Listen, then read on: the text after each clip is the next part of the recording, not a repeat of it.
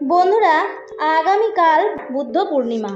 এই বুদ্ধ পূর্ণিমার দিন মহাযোগে কাউকে কিছু না বলে গোপনে বাড়িতে বিশেষ স্থানে রেখে দিন এই একটি ফুল। ঘরের সমস্ত বাস্তু দোষ দূর হবে, প্রচুর অর্থ আসবে এবং মা লক্ষ্মীর আশীর্বাদে আপনার পরিবার ভরে উঠবে সুখ, শান্তি এবং সমৃদ্ধিতে। দেখবেন অর্থ যে কোনো উপায়ে আসবে আপনাদের হাতে। হিন্দু শাস্ত্রে এই দিনটি অত্যন্ত ঘটার সাথে পালন করা হয়। নমস্কার বন্ধুরা, ভক্তিমূলক কথা চ্যানেলে জানাই আপনাদের সকলকে স্বাগত। বন্ধুরা, আশা করছি ঈশ্বরের আশীর্বাদে আপনারা প্রত্যেকেই ভালোই আছেন এবং সুস্থই আছেন। বৌদ্ধ ধর্মাবলম্বীদের সবচেয়ে বড় ও পবিত্র ধর্মীয় অনুষ্ঠান হলো বুদ্ধ পূর্ণিমা। এই পবিত্র তিথিতে বুদ্ধদেব জন্মগ্রহণ করেছিলেন এবং বোধি বা সিদ্ধি লাভ করেছিলেন। এই দিনে বৌদ্ধ ধর্মাবলম্বীরা স্নান করেন এবং শুদ্ধ বস্ত্র পরিধান করেন, মন্দিরে বুদ্ধের বন্দনায় রত থাকেন। তবে বন্ধুরা, বৈশাখী পূর্ণিমা বা বুদ্ধ পূর্ণিমা শুধুমাত্র বৌদ্ধ ধর্মাবলম্বীদের কাছেই নয়, সনাতন হিন্দু ধর্মাবলম্বীদের কাছেও সমান গুরুত্বপূর্ণ। কারণ হিন্দু ধর্ম অনুসারে গৌতম বুদ্ধকে ভগবান শ্রী হরি বিষ্ণুর নবম অবতার বলে মনে করা হয়। এই বিশেষ দিনটিতে সনাতন ধর্মাবলম্বীরা সাধারণত প্রাতঃকালে পবিত্র নদী বা গঙ্গাতে স্নান করে থাকেন এবং তারপর দান দক্ষিণা করেন, মন্দির দর্শন করেন এবং বাড়িতে অবশ্যই কিন্তু নিত্য পূজা বিশেষভাবে দেওয়া হয়ে থাকে।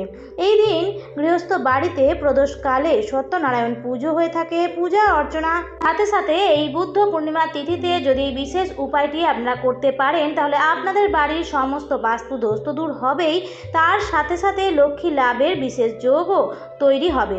তো চলুন বন্ধুরা, ভিডিওটি শুরু করা যাক। তবে মূল পর্বে যাওয়ার আগে আমার সকল বন্ধুদের কাছে একটাই অনুরোধ করব যে ভিডিওটি সম্পূর্ণরূপে দেখুন এবং দেখার পর যদি ভালো লাগে তাহলে অবশ্যই কিন্তু একটি লাইক করবেন এবং কমেন্টে লিখবেন জয় মা লক্ষ্মীর জয়।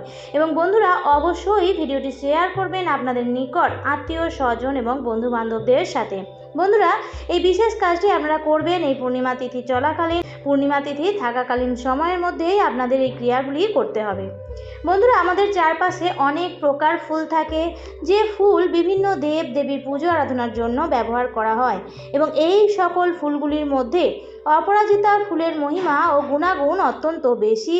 কারণ এই অপরাজিতা ফুলকেই শাস্ত্র মতে শিব ও শক্তির প্রতীক বলে মনে করা হয় এবং এই ফুলটি মা দুর্গার অত্যন্ত পছন্দের ফুল, তাই মা দুর্গার অপর নামই কিন্তু অপরাজিতা।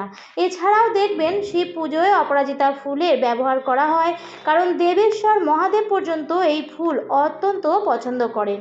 এছাড়াও প্রভু রামচন্দ্র রাবণকে পরাজয় করার জন্য একটি বিশেষ যজ্ঞে এই অপরাজিতা ফুলকে দেবী হিসেবে পুজো করেছিলেন এবং এই ফুলটি মা দুর্গার উদ্দেশ্যে নিবেদন করেছিলেন। তাহলে আপনারা নিশ্চয়ই বুঝতেই পারছেন যে এই অপরাজিতা গাছের মূল বা শিকড় বা ফুল কতটা পবিত্র এবং অলৌকিক, অন্যান্য যাবতীয় ফুলের তুলনায় এর মহিমা কতটা বেশি।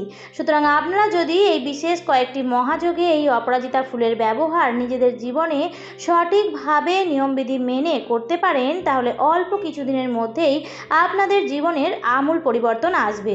বন্ধুরা, আপনারা নিজেরাই তা অনুভব করবেন। বন্ধুরা, অপরাজিতা ফুল কোনো সাধারণ ফুল নয়। এই ফুল দিয়ে বিভিন্ন সাধকেরা বিশেষ বিশেষ যোগে কোনো টোটকা বা উপায় বা প্রক্রিয়া করে থাকেন সিদ্ধি লাভের আশায়, আর শাস্ত্র মতে এমনটাই মনে করা হয়। যারা দীর্ঘদিন ধরে নানা ধরনের রোগে ভুগছেন অথচ কোনোভাবেই কোনো উপকার পাচ্ছেন না, বা যদি কারোর এমন মনে হয় যে তাদের ওপর কোনো রকম তন্ত্রক্রিয়া করেছে বা শত্রুতা বশত তাদেরকেও ক্ষতি করার চেষ্টা করছে, তাহলে সেক্ষেত্রে তাদের এই বুদ্ধ পূর্ণিমার মহাযোগে এই কাজটি করতে হবে। সপ্তাহের যে কোনো মঙ্গলবার দিন অথবা আগামী বুদ্ধ পূর্ণিমার দিন স্নান সেরে শুদ্ধ বস্ত্র পরে নিয়ে তারপর অপরাজিতা গাছ নিজের গৃহে লাগাতে হবে এবং প্রতিদিন পুজো আরাধনা করার পর তামা বা পিতলের পাত্রে জল নিয়ে ওম অপরাজিতায় নমঃ এই মন্ত্রটি উচ্চারণ করে অপরাজিতা গাছের গোড়ায় জল দেবেন এবং সন্ধ্যার সময় নিত্য ধূপ এবং প্রদীপ দেখাবেন সেই গাছটিতে। এবং যখন সেই গাছের অপরাজিতা ফুল ফুটবে, সেই অপরাজিতা ফুল দিয়ে দেবাদিদেব মহাদেব বা মা দুর্গার পূজা আরাধনা করবেন। এর ফলে বাস্তু দোষ যেমন দূর হবে, ঠিক তেমনই যাবতীয় নেগেটিভ এনার্জি একেবারেই দূর হয়ে যাবে আপনাদের পরিবার থেকে। এছাড়াও রোগ ব্যাধি জ্বালা যন্ত্রণা থেকে থেকে অনেকাংশেই রেহাই পাবেন। এরপর দ্বিতীয় উপায়টি হলো আপনারা বছরে যে কোনো শনিবার দিন অথবা আগামী বুদ্ধ পূর্ণিমার মহাযোগে আপনারা আপনাদের সামনাসামনি হোক বা আপনাদের গৃহে যদি কোনো অপরাজিতা গাছ থেকে থাকে তাহলে তো অত্যন্তই ভালো, সেই গাছ থেকে এক টুকরো মূল বা শিকড় সংগ্রহ করবেন। আর যদি গৃহে অপরাজিতা গাছ না থাকে তাহলে সেক্ষেত্রে বাইরে কোথাও থেকে এক টুকরো মূল বা শিকড় সংগ্রহ করে আনবেন। তারপর সেটিকে বাড়িতে নিয়ে এসে ভালো করে গঙ্গা জল দিয়ে ধুয়ে তাতে একটুখানি শ্বেত চন্দন মাখিয়ে এটিকে নীল সুতো দিয়ে নিজের গলায় হোক অথবা হাতে অথবা কোমরে এটিকে ধারণ করুন। তবে মহিলারা বাম হাতে ধারণ করবেন এবং পুরুষেরা ডান হাতে ধারণ করবেন। তবে অতি অবশ্যই একটি কথা মাথায় রাখতে হবে যে এই গাছের মূল তোলার সময় এক নিঃশ্বাসে 3 বার ওম অপরাজিতায় নমঃ এই মন্ত্রটি জপ করতে হবে। এর ফলে আপনাদের উপরে যদি কেউ গোপনভাবে ব্ল্যাক ম্যাজিক অথবা কালা জাদু করে থাকে তাহলে কিন্তু এগুলি সুনিশ্চিতভাবে নষ্ট হয়ে যাবে, এমনকি খারাপ কাজের যে কুপ্রভাব তা একেবারেই নষ্ট হয়ে যাবে। এছাড়াও এই অপরাজিতা গাছ প্রত্যেকের ঘরেই থাকা উচিত। এতে কিন্তু বাস্তু দোষ দূর হয় এবং বাস্তুকে নেতিবাচক শক্তি থেকেও রক্ষা করে। দেখুন বন্ধুরা, এখানে আমি আরও একটি কথা অবশ্যই বলবো যে অনেকেই অপরাজিতা গাছের মূল বা শিকড় সংগ্রহ করতে গিয়ে গোটা গাছটারই ক্ষতি করে দেয় বা সম্পূর্ণ গাছটাকেই তুলে নিয়ে চলে আসে। বন্ধুরা, এমনটি কিন্তু কখনোই করবেন না, এর ফলে হিতে বিপরীত হতে পারে। তবে দেখবেন অপরাজিতা গাছের পাশে ছোট ছোট শিকড় বেরিয়ে থাকে বা হালকা যদি মাটিটা খুঁড়ে তাহলে দেখবেন শিকড়গুলি দেখতে পাওয়া যায়। সেখান থেকে আপনারা ছোট্ট এক টুকরো শিকড় নিয়ে আসবেন, সমগ্র অপরাজিতা গাছটিকে নয়। বন্ধুরা, যারা একটু হলেও গাছের শিকড়ের ব্যবহার করতে জানেন তারা নিশ্চয়ই এটাও জানেন যে বিভিন্ন গাছের শিকড় বিভিন্ন কাজের জন্য ব্যবহার করা হয়ে থাকে, আয় উন্নতি বৃদ্ধির জন্য। তাই এই অপরাজিতা গাছের মূল সঠিক নিয়মবিধি মেনে যদি ব্যবহার করতে পারেন তাহলে কিন্তু আপনারা চমকপ্রদ ফল পাবেন।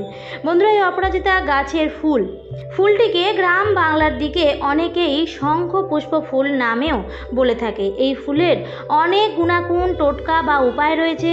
এই ফুল দিয়ে এই উপায়টি যদি করে থাকেন তাহলে জীবনে অত্যন্ত অভূতপূর্ণ রেজাল্ট আপনারা পাবেন।